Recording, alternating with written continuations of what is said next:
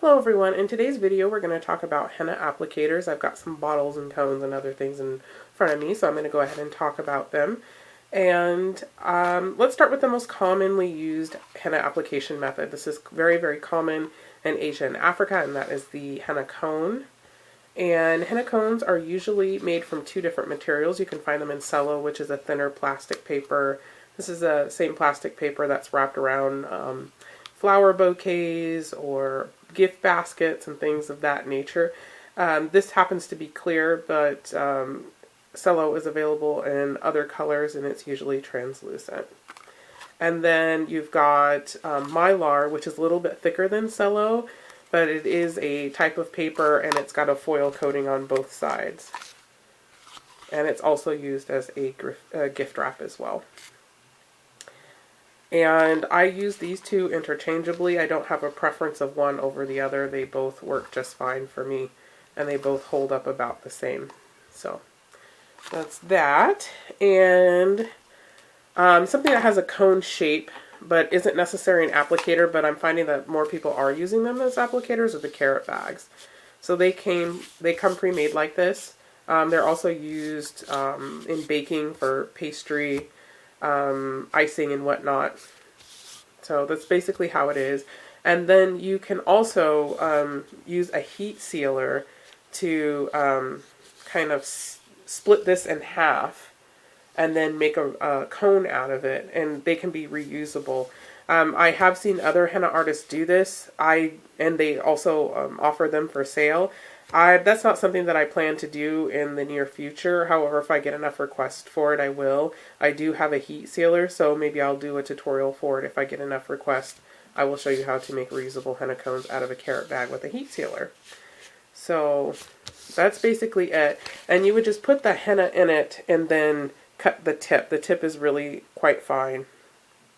And you can use it to apply, but this plastic is really thick. And then the seams are also a little bit stiff. So most people use these for filling henna cones or applicator bottles. They don't really use them for applicators, but some people do. Everybody has a preference. And then let's talk about applicator bottles. I have a video that talks about one type of bottle and shows you how to use it and fill it and clean it and whatnot. But I have two bottles in front of me here. And so in my other video, I talk about this one, which is a 1/2 ounce plastic bottle.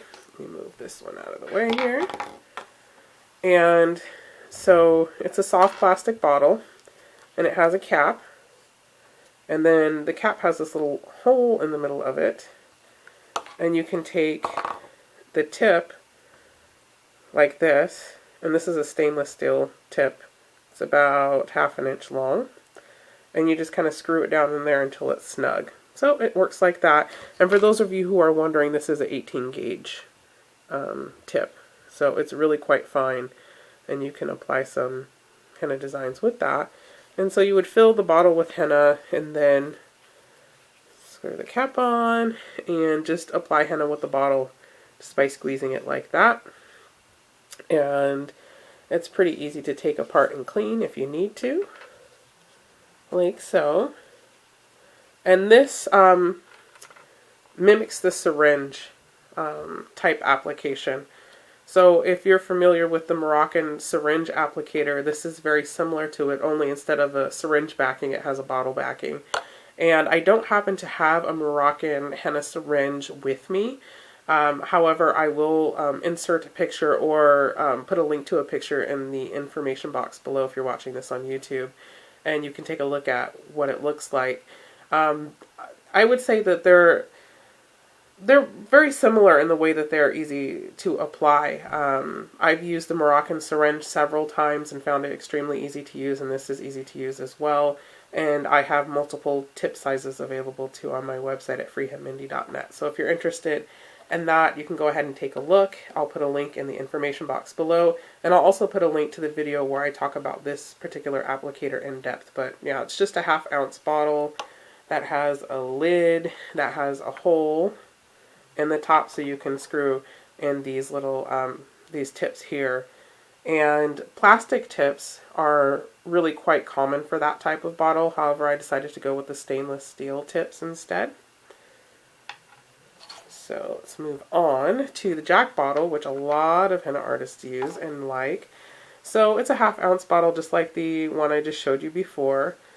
And it has a different kind of cap on it. This little thing comes out. Let's see if I can get this out.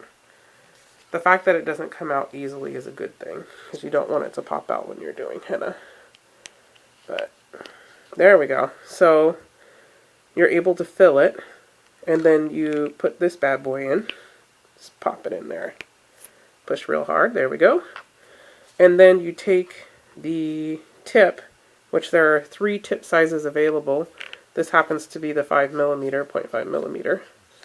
And you just twist that on there, and it stays on there, and then you just, like, you know, apply henna just like that. And I can do a tutorial on how to use this bottle. I don't have a video that's more in-depth on this one like I do with the other one. So if you're interested in that, go ahead and put a comment below, and I'll get that video going.